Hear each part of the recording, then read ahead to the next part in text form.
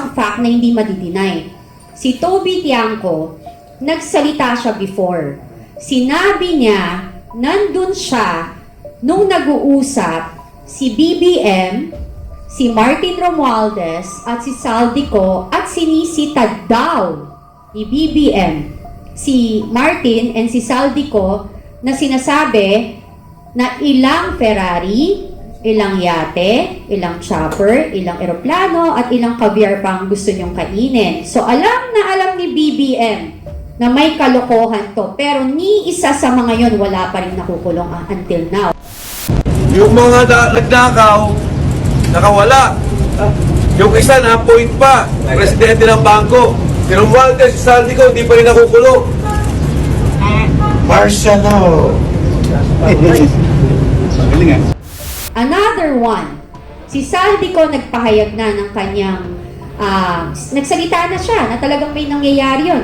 At sinusugan, in fairness, sinusugan niya yung statement ni Guteza at nung 18 Marines na totoo yun. Pangatlo, sorry, namali ako sa mata. Magaling dapat ako. Yung sinabi ni Martin Romualdez na nasa executive ang desisyon sa paglabas ng budget at saka he will not go down alone.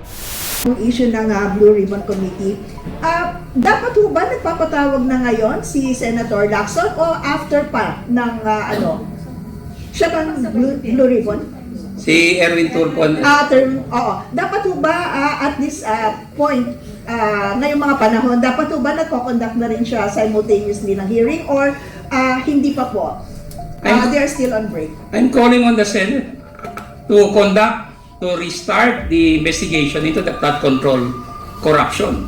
Kahit pa they are performing the constitutional duty as an impeachment court. Wala namang problema yan eh. It's a matter of scheduling. Di ba? Makakampanan pa rin nila yung kanilang mga functions. Walang problema. It will not paralyze the Senate. So, restart the investigation into the flood control scam. Kasi yan po ang hinihintay ng taong bayan kahit pa mag-survey tayo. Totoo. Attorney, hindi natin sususugan para yun yung sususugan yung lahat yung sasabihin ng natin. Kasi ganito yan. Hinawi nila yung Blue Ribbon. Pinalitan nila yung committee yung chairperson ng committee ng Blue Ribbon. Ngayon, may nakatayo na din sa Blue Ribbon. Yun ang according to the script or sa kanilang plano. Pero ang sindak dito, hindi naman umaandar. Yung sinasabi natin, kailan o pwede ba? Kahit sabay-sabay pwede pag gusto. Exactly. Pero sa katutak ang dahilan kaya hindi nagagawa. Sabi yata Diba? Penny, move on daw. Move on na daw, sabi ng chairman. At saka may rin ako, nabalitaan namin na itong si Pinky ay naghahanap, kilala niya na yung sarili niya.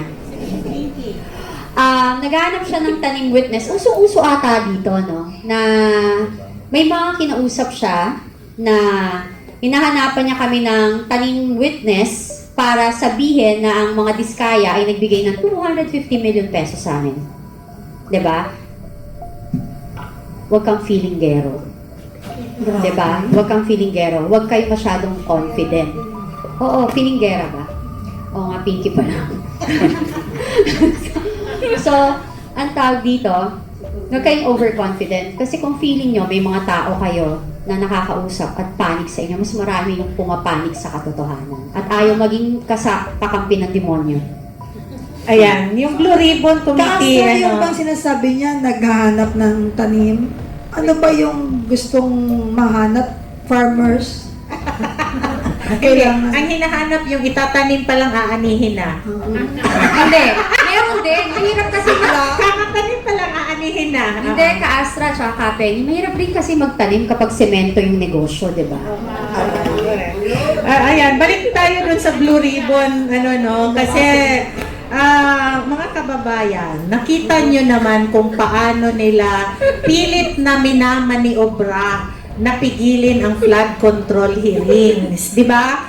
unang-una, nagpalit tayo ng Senate President para maayos na. Pinilit nila yung pagpalit ulit ng Senate President para mapalitan yung Blue Ribbon Committee Chair para hindi matuloy.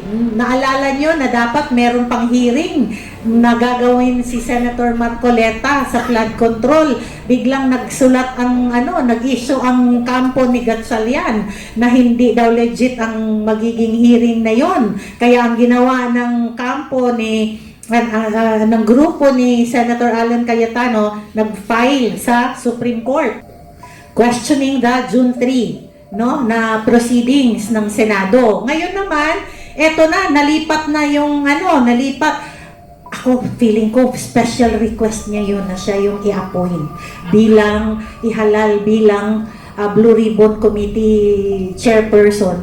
Kasi yung pamilya nila involved at nakatanggap din ng flood control. So, saan ka po nakakita mga kababayan na ang maglilid sa investigasyon ng flood control ay siya rin inaakusahan na nakinabang sa flood control project. Ngayon, kahit po nasa break ang Senate ngayon, pwede po silang mag-conduct ng committee hearings. Kaya mga kababayan, manawagan tayo, dikdikin natin. Dikdikin natin ang lahat ng social media natin at ipanawagan natin na ang mga senador ay manindigan, ipagpatuloy ang flood control hearing na antala dahil sa kanilang calisthenics. Parang mga gymnast sila ngayon dyan sa sa Senado, di ba? Kailangan ituloy ang flood control hearings kaakibat at kasabay sa ginagawang pagdinig ng Korte Suprema